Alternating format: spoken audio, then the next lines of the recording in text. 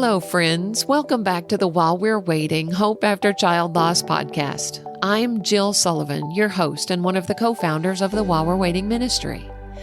As you're listening to this episode, our team is preparing for our next While We're Waiting weekend at beautiful Zephyr Point Conference Center in Lake Tahoe, Nevada, which will be led by our amazing facilitators, Jim and Carol Smitherman. The Sibling Lifeline Ministry will also be hosting one of their retreats for adult bereaved siblings here at the Refuge, and Brad and I will probably be involved on the fringes of that as we assist with meals. It's always a blessing to see these groups of siblings come together for these special weekends. In today's episode, we're going to pick up right where we left off in my conversation with Heather Oden. Last week, she introduced us to her son Jacob and shared the heartbreaking story of the car accident that took his life at just 15 years old. She also gave us a glimpse into those early days of grief and the ways God met her in the middle of unimaginable pain.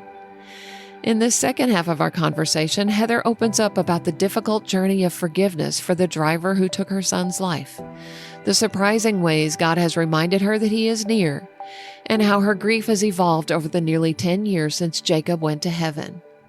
She also shares the story behind her ministry, Light Up the Dark, and the beautiful truth that even after the death of Jacob, she still finds purpose in being his parent. This is a conversation filled with hope rooted not in circumstances, but in a God who is deeply personal, endlessly faithful, and always near. I believe you'll be blessed by listening in. So let's talk a little bit about the driver of the car who hit your boys. You said he was under the influence of something. Were there any ramifications to him because of what happened? Legally, things are just more difficult than they should be. And he ended up, yes, there were, but he actually got a heavier sentence for trying to smuggle more illegal substances into the jail than he did for hitting the boys. Yeah, that's hard.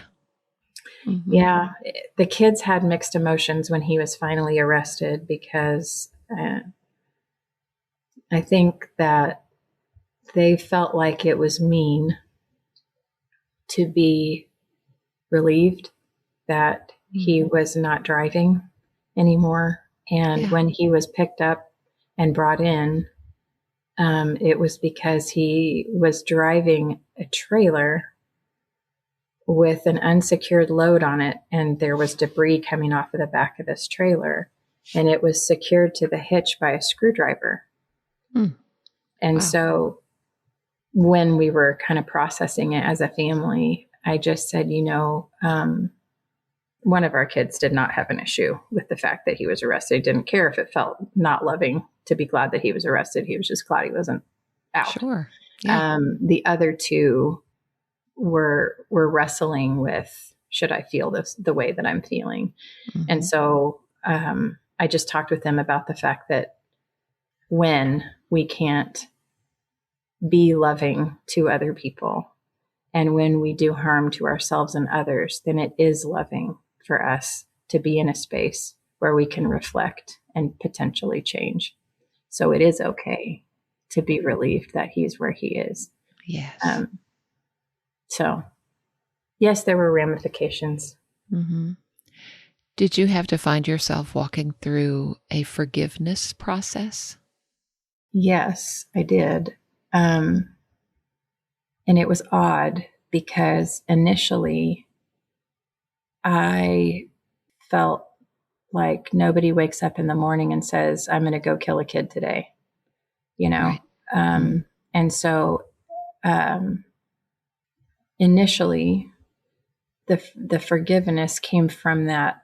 I did not think he was intentionally trying to ruin all of our lives. Sure. The process itself became complicated because in our situation, he decided that potentially he could get money through insurance, and so ended up taking our son to court, who was in the other car and hit. Oh my goodness. Wow. And so we ended up in a years-long situation that really was unnecessary. And that really was a situation that I had to wrestle with forgiveness and what does love look like here. Absolutely. Wow. And that just prolonged the whole grief journey and the struggle. It did. Yeah. Oh, It prolonged all of it. And there were people in our community that didn't understand all of what was going on. And so rumors got started that we were suing our own kid, which legally, the way that everything worked within the insurance situation and the drivers and the survivors, it was the survivors of Jacob Oden, which was my son, and us suing the drivers of the accident. So my son was actually also suing himself and doing it. It was so complicated that that the attorneys that were dealing with the case were like, this is so ridiculous. They're like, this actually is the kind of case that makes court law because it's so complicated. yeah. And it was just because this guy he thought he could come after insurance money and he wouldn't let it drop. So Wow. it just created a lot of heartache, and then also just a lot of, just unnecessary backlash with, people in a small community that like to think they know more than they know. Right. Yes. I'm familiar with living in a small community like that. I understand that. And I'm so sorry that's part of your story, that just made things that much more difficult. That's really tough. It was. So at the time that this podcast airs, we are going to be approaching 10 years since Jake went to heaven. How would you say your grief has evolved through the years? Well, I would say a pretty significant, I guess, perspective shift happened when I was talking to God about how to be Jacob's mom now, because he made me Jacob's mom to begin with. And then I know without him here, I don't just now go back to not knowing what that was like, And so I asked him, what do I do here? Like, how do I be his mom now? I don't know how to do this. And we had kind of a conversation back and forth in my head. And he said, okay, I almost could see like a hand patting a seat, like next to him, like come sit next to me, And he said, okay, let's pretend that before you ever came to earth, let's pretend that you and I had a conversation where I asked you, I've got this kid. He is awesome. He's only going to have 15 years on earth, but he is awesome. And you could be his mom, but he's only going to have 15 years. Do you want him? Yes. What would you have said? And I said, oh, wow. Absolutely. Of course I would have said yes. And he said, that's what it looks like to be his mom. No one else got the privilege of being his mom, and you get to carry that privilege until you see him again. I love that. That's so powerful. And then he said, the longing that you feel, do you feel that? And I said, yeah. And he said, that is a fraction of the longing that I have for my children. I love that. Me too. Me too. Yeah. God is so good, and he's so personal, He is. There were times where, especially early on, where he would remind me that he was still there with me walking this out. I remember one time driving past we've got a little pond in our community. And I was driving past it, and there was a bird that was standing on the shore of the pond. And what was significant about this bird is kind of like a crane. And like I had told you 3 weeks before the accident, we had been on vacation in Florida. And there were these cranes in the backyard of the place where we were staying. And Jacob just was silly sometimes, especially him and animals. Like he just he liked them. And so he would kind of just like, he tried to get close to these cranes, and he was like sneaking up on them. And we were watching him, do this, and they were watching him, come closer. And they started to like step away from him slowly, and he kind of sped up and they started to speed up. And then pretty soon the cranes are running in the backyard and Jake is running in the backyard, and then, they take off. So anyway, this crane caught my eye, on the shore of the pond. And I heard God say to me, "Stop your car and get out." And I said, "Okay." So I stopped the car, and he said, walk toward the crane. And I said, "He's going to fly away." And he goes, "Walk toward the crane." And I said, "He's going to fly away. This is dumb." And he's like, "Walk toward the crane." So I started walking toward the crane, and the crane flew, like he took off, like he was going to. And then instead of flying off, he turned around and he landed on an island that is in the middle of this pond. And he was facing me, looking at me. And then I heard God say to me, "He's closer than you think." Just a reminder that heaven is a real place, that Jake is okay, that God knows he's okay, That's right. and we have hope. We have hope because of Christ, He's in the heart of God right now. Yes. And every time I am close to the heart of God, he's closer than I think. Yeah. Yeah. I love that. Thank you for that reminder. Is there a particular scripture or scriptures that have been especially helpful to you on your grief journey? I know Psalm 139, yes, 15 and 16, right? Yes, What right. else? That one. Do not be overcome by evil, but overcome evil with good. Yeah. Romans 12:21. Mm-hmm. You needed that in the aftermath of that accident, didn't you? Walking that out with the other driver, for sure. Yeah. I would say probably those were the two that have been the most impactful in terms of grieving.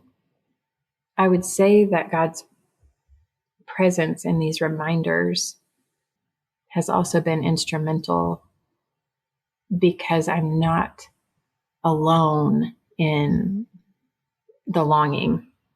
And remember when I told you, that Jake said that light up the dark would be what he would do if he were to choose, out of college. And my husband and I decided to make his memorial light up the dark. And people were so kind. And because of their remembrances of him, we then had the money to start Lighthouse, which is one of the programs that we run that allows people who need to start fresh.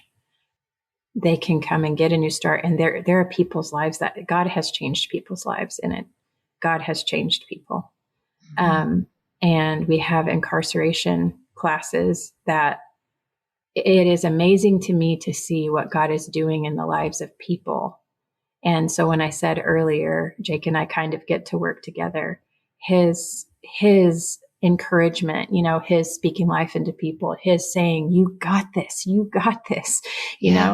is a part of what I get to walk out every day. Yes, you get to carry that forward. On the front row seat to watching God do these amazing things in all these people's lives. So in a way, we do get to work together, and I'm grateful. Yeah, that's wonderful. So I think all of us who have lost a child have this very sharp dividing line in our lives of the before and the after. So talk about the before Heather and the after Heather. Well, the before Heather thought nothing bad was really going to happen because bad things happen to other people on the news. Right.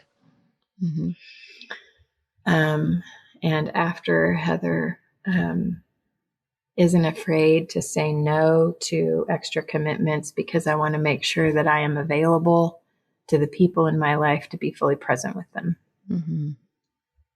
I would say probably in a nutshell, that's the biggest change.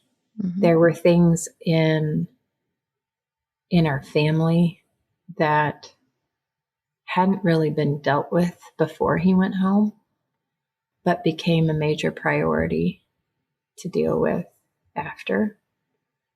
And that has been life-giving. It was a little messy, but it was life-giving. Mm-hmm.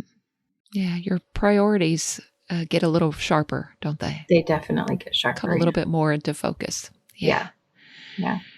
Think about your relationship with God before and now after. How has it changed?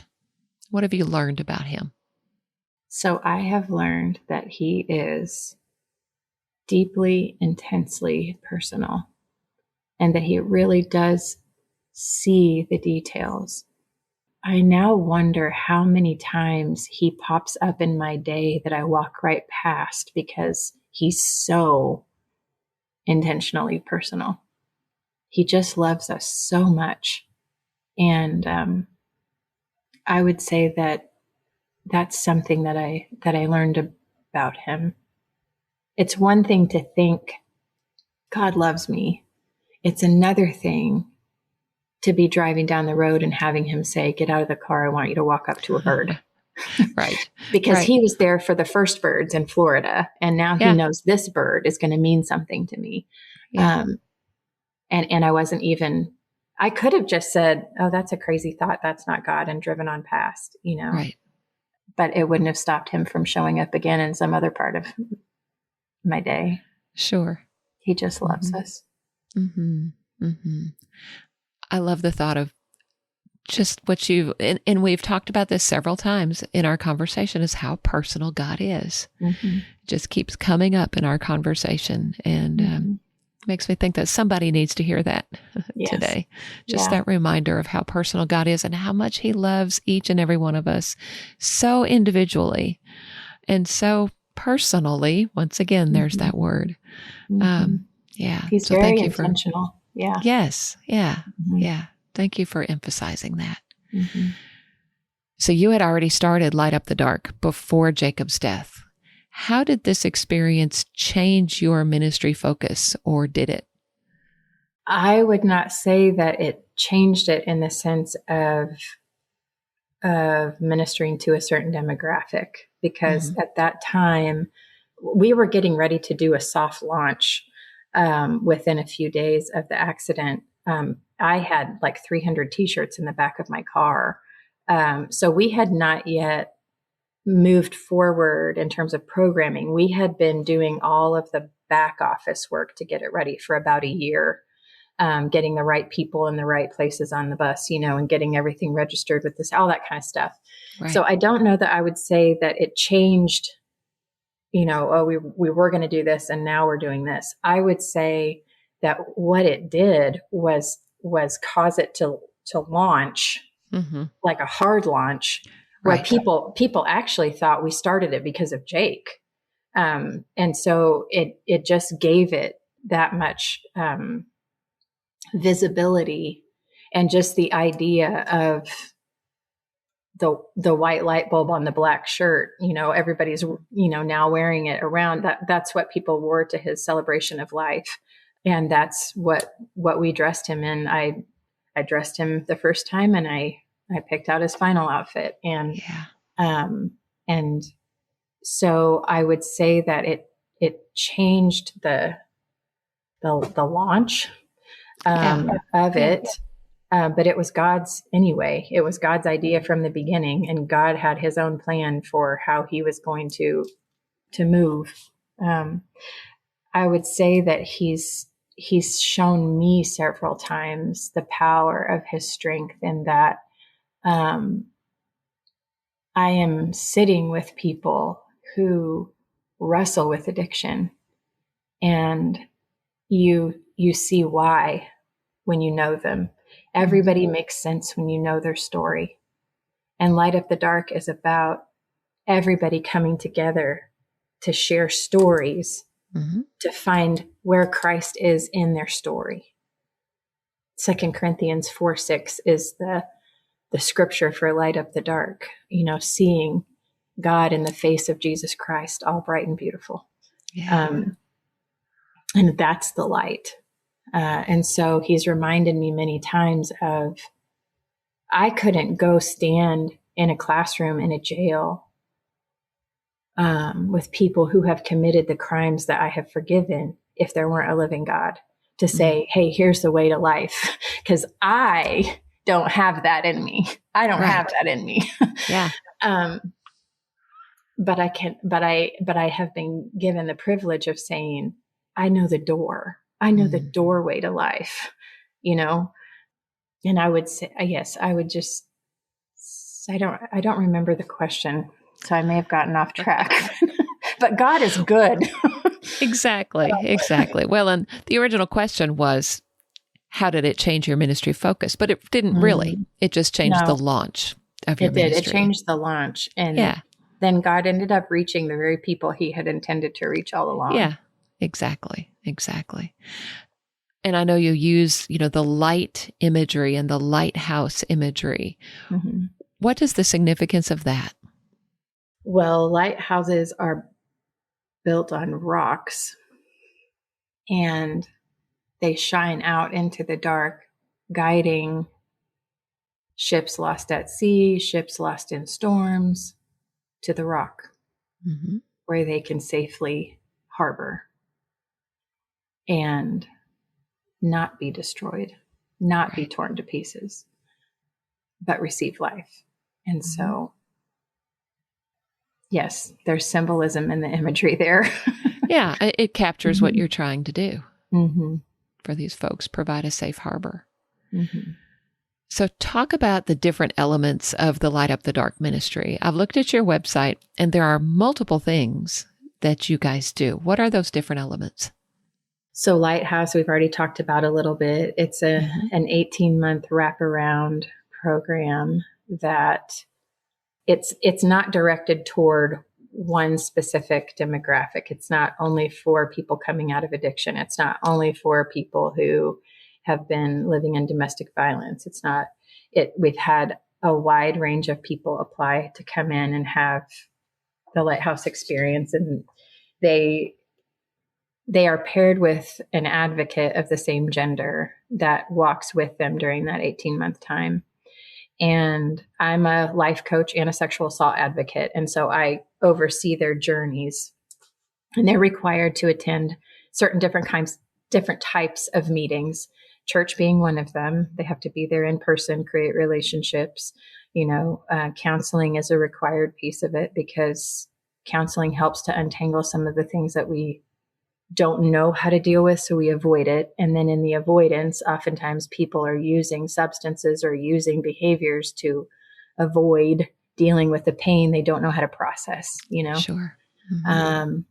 Then they meet with they have their one-on-one with their advocate where they're exploring spiritual life and what does it mean to grow in the faith. And they have their goals meeting with me and their advocate. So those are some of the meetings. And then that kind of spun off a second residential program that's actually a program that prepares women to go out into the world. It's a girls' house, prepares girls to go out into the world to shine the light of Christ. So this is not focused around a pivot and a new start. This is focused more for college age women, gap year ladies, even who, no matter what their major is, because in any profession, God's going to put you around people that need light, because people that breathe need light.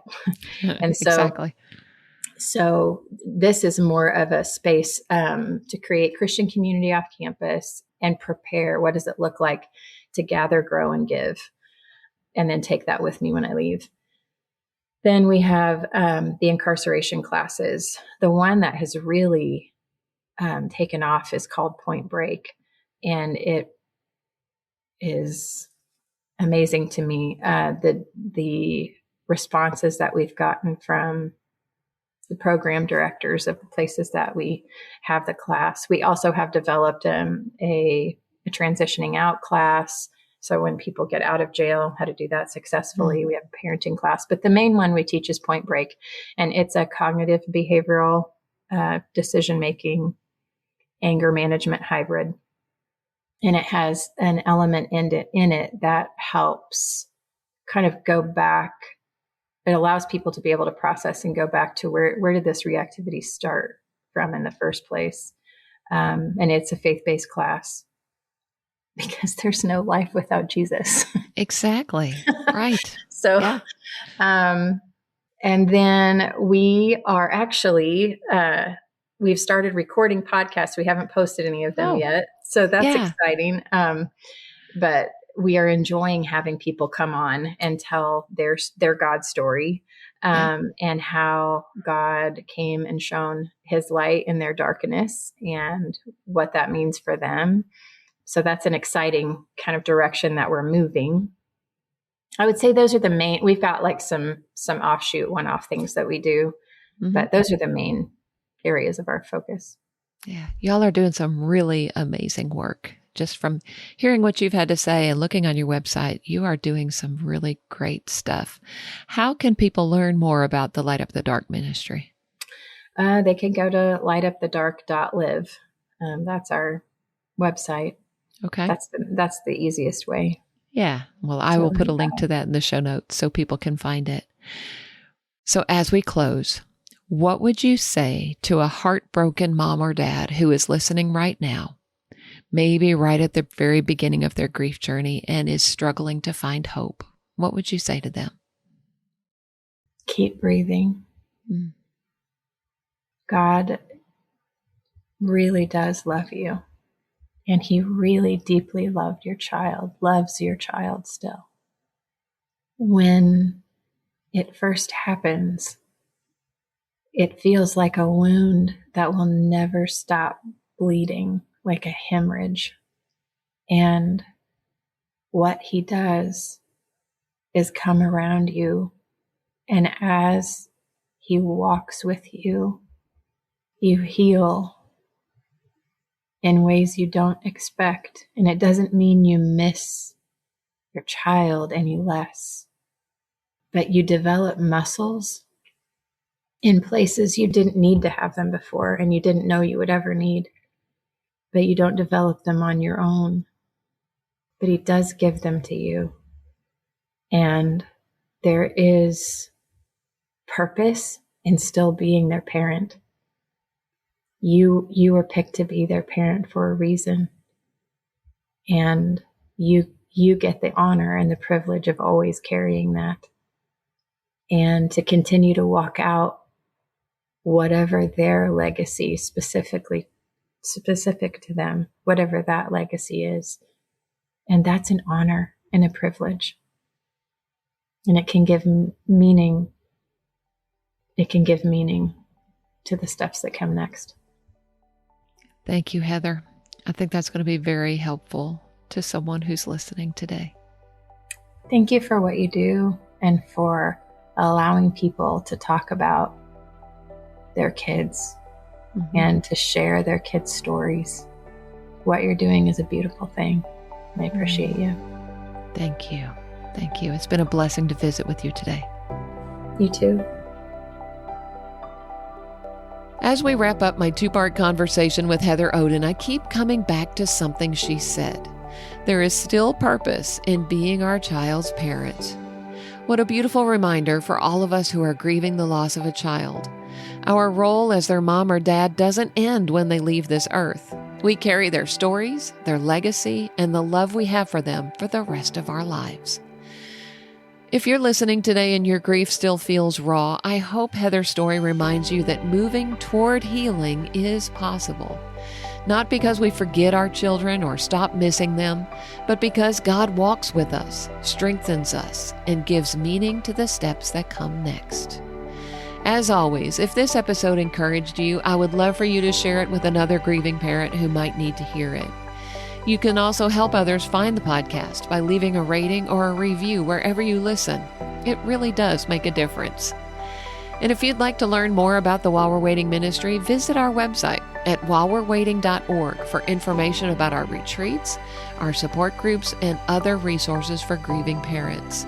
It always blesses my heart to meet listeners at our While We're Waiting events, and I would love to see you sometime soon. Thank you again for listening. and for walking this journey with me while we're waiting.